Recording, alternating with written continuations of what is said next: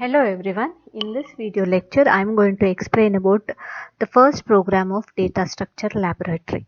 The first program is to design, develop and implement a menu-driven program in C for the following array operations. What is an array? Array is a set of contiguous elements, okay, and of same type. So because the array elements are stored continuously in the memory and it always holds the same type of elements. So what are the operations we are going to do? First we are going to creating an array of n integer elements. Next we are going to display those array elements. And third one is inserting an element at a given valid position. So the variable name we are going to specify an element is element, and position we are going to specify the name POS. Then you're going to delete an element at a given valid position, and finally exit. These are the 5 operations you're going to incorporate in the menu driven program. Now we'll write or understand the create function of the program. So this is the first program. So that is why before writing the create function, I include the header files that are required for the program. One is #include stdio.h, and this is required mainly to include input output functions like scanf and printf. Scanf is necessary to read the input from the input device, and printf is necessary to display output on the output device. Then I have included #include stdlib.h, that is a standard library function, and this is stdio full form is standard input output. Standard lib.h here I have included because I have used a function exit, and it has some other purpose also, like including memory allocation, string conversion and other functions. After that I have here declared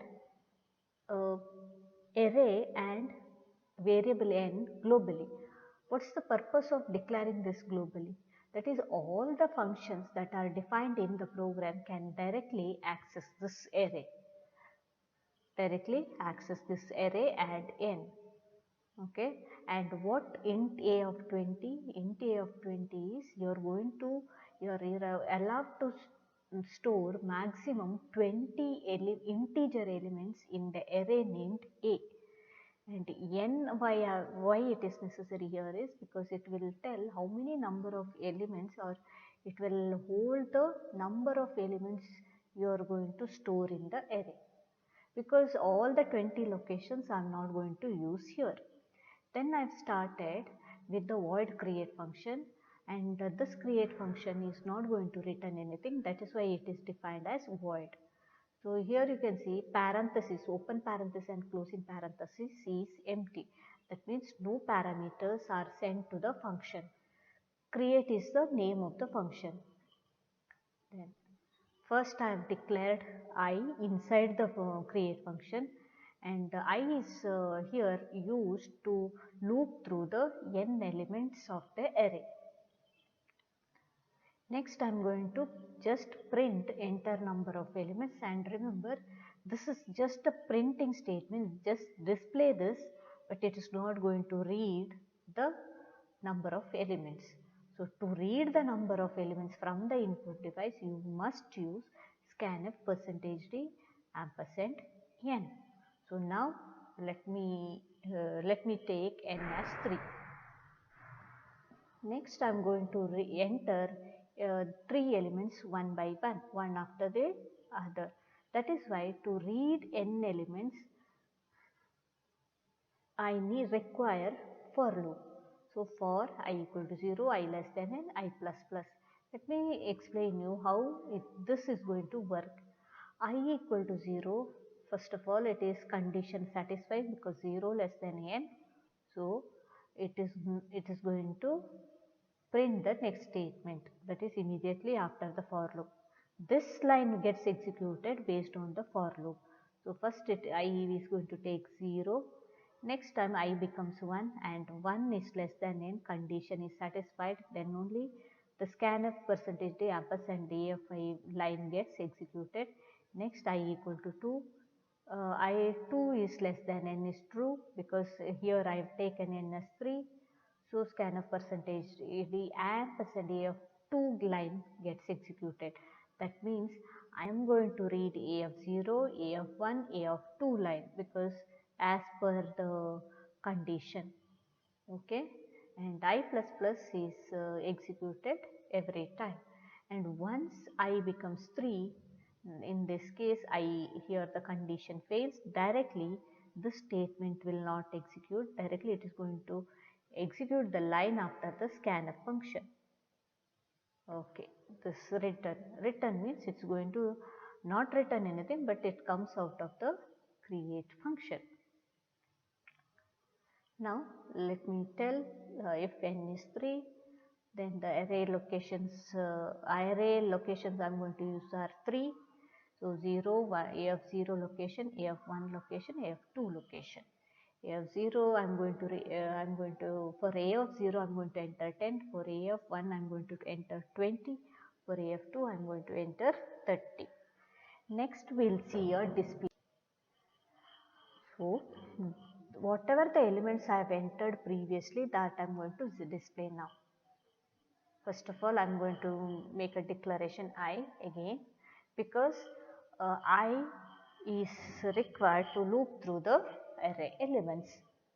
Next, printf elements are, so when you display like this, when you write a statement or when you execute your program, whatever the statements written within the course gets executed and gets printed on the output device like this. Next, I am going to loop through the array elements so that I can display 10, 20, 30. So that's why for loop is required, and then I will use printf %d a of I. And why did I use tab here? Tab is required to separate the current element with the next element. Okay. So once I print the current element, it is also going to print immediately after the statement, it is going to print the tab space. So if you don't print the tab space here, it is going to print the statements one after the other. So this is how it is going to it's going to display 3 elements that are in the array. Finally return, as usual it is not going to return anything, but it is going to just come out of the display function. And let's see the statements, or let's see how exactly the value gets printed. So suppose first time I is 0, 0 is less than 2 because n is 3, so 0 is less than 3, printf %d a of 0. Next I becomes 1, for the next loop I becomes 1 because of the I++ effect. 1 is less than n, 1 is less than n, and then see only I equal to 0 value will be used only once for the first time. So 1 is less than n, so 1 less than 3 is true, so percentage d a of 1. So in place of percentage d, a of 1 gets printed. A of 1 value is 20. Next I becomes 2, 2 is also less than 3. So the third value 30 gets printed. After that I++ I becomes 3. So this time condition fails and comes out of the display. This is how display function works. So remember, create function is for creating an array, display function is for displaying an array.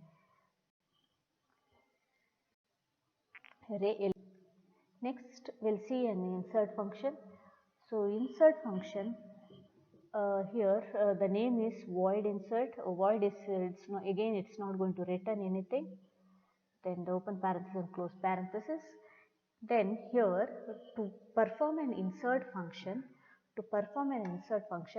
we need to specify the element we are going to insert. That's why we are reading the element here. Okay. And next we should also tell the position which you are going to insert. So for which position you are going to insert, that is required before inserting an element. And once after inserting the position, you should check whether the position is within the range. Here range has to be 0, 1, 2. That means less than 0 is not accepted, greater than n is not accepted. 3 is allowed. At this position you can insert. At third position you can insert it, but not for the fourth, fifth and so on. So that's why n is 3. So greater than n is not allowed. Okay, if suppose you have entered the wrong position, then give a information to the user saying that you have entered a invalid position. Try to enter between 0 to n. Suppose in this case we have entered a valid position. If you have entered a valid position, then you should perform the insert at the locations we have specified. So position here we have specified is 1, and element I am going to insert at the position 1 is 3. So that means here I am going to insert. So whenever we insert like this, how exactly insert function has to happen? So from the last element until you reach the position element, you go on shifting the elements to the next location. So the elements that are in the second position need to shift it to the next, and element that are in the position element also need to shift it to the. So from the last up till position you should go on shifting the elements. Once you finish shifting this location element, this is the position location. Once you finish shifting this location element, then you insert this element 3 into the location 1. So element 3 you shift it to here. Okay. So let's see how exactly I have coded for this. So as I said, from the last element until you reach the position, you go on shifting the element. Okay. Greater than position. So that means first I will shift to this location. So AF3 to AF2 I will do. First I will do AF3 to AF2. First I will do AF3 to AF2. Then I will do AF2 to AF1. So that means position elements gets shifted. So once your position elements gets in, you actually do your inserting job. So that's why A of I, if I is 3, A of 2, I minus 1. Next also A of I equal to A of I minus 1. So this will be performed until position is until I greater than position. So when I equal to 3, F3 equal to 2, you can see here F3 equal to 2. That means you are copying this location element to this location. Next, again I am calling the I function. I becomes I minus minus, I becomes 1. Okay, I becomes 1. What happens? I becomes 1. So when I becomes 2. So when I equal to 2, again A of I equal to A of I minus 1 need to execute. So we have again copied down. So first time I have copied this element to this location. Next time I have copied this element to this location. Okay, that is what I have done here. So that means I finished my job. So again I'll check I greater than position. Yes, I is greater than position this time. So the number of elements also should get incremented because you have inserted one element extra to the existing array. So that's why n plus plus from 3 it should become 4, and also to the position you insert the value. So equal to 4, A of 1 work position is 1, it should become 3. So you can see here this is the position location I have inserted A of 1 and 3. So and close the here I have closed, this is the close for else and this is the close for the insert function. Next I will explain delete function. So like insert function, here also we should read some of the required elements. So in this case, our required element is only position. So in delete function, you should tell which position element you should delete, whether this or this. And I is, as usual, I need to loop through the array elements. So first of all, I will enter the position from which I want to delete. Scanf %d ampersand position. So position or the position of the element which I am going to delete is 2. This element is my position which I want to delete. So next I should check whether the position whatever entered within this limit, that is 0, 1, 2, 3, because you can't specify delete the element other than 0 to 3. So if it is position is greater than equal to n and position less than 0, then you tell the user saying that it's a invalid position, please enter the position between 0 to n minus 1. So in our case position is 2, so it is valid. That means you should perform else part. So else part of the if is delete. So let me tell the idea for a delete, how to perform a delete. So suppose here in this case I want to delete this position element. So what I should do, whenever you delete this position, the element from the next need to be shifted one position to the left. Element from the position onwards need to be shifted to one position left. Okay. So here we have only one element after the position. That means I have only job of shifting this to this side, not more than that. If there are many elements after the third position, then one location to the left it must shift. So that's why for I equal to position I less than n minus 1 I plus plus. So gone, start shifting to the position from the position until you reach n minus 1 location. So for initially I is 2, a of 2 becomes a of 3. F2 becomes a of 3. So you can see here a of 2 becomes a of 3. If this is the original location, now after deleting a of 2 becomes a of 3. Okay. Next again I will check whether the condition I plus plus becomes, so I plus plus is earlier I was 2, now I becomes 3. 3 is less than n minus 1, n minus 1 is 3. So no condition does not satisfy. That's why only this line fails. If this condition fails, means this line will not get executed. Instead of that, the statement following that gets executed. So it is going to close the else part and comes out of the else part, and it is going to execute n minus minus. What's the meaning of n minus minus? That is, you know that after deleting one element, you need to decrement the count of number of elements. So n minus minus you should do. So that's why 3 is not less than 3. Therefore n equal to 3. Earlier it was 4. Now it becomes 3. Okay, and remember here in this case insert function also is going to insert one element at a time. Delete function is also going to delete one at a time.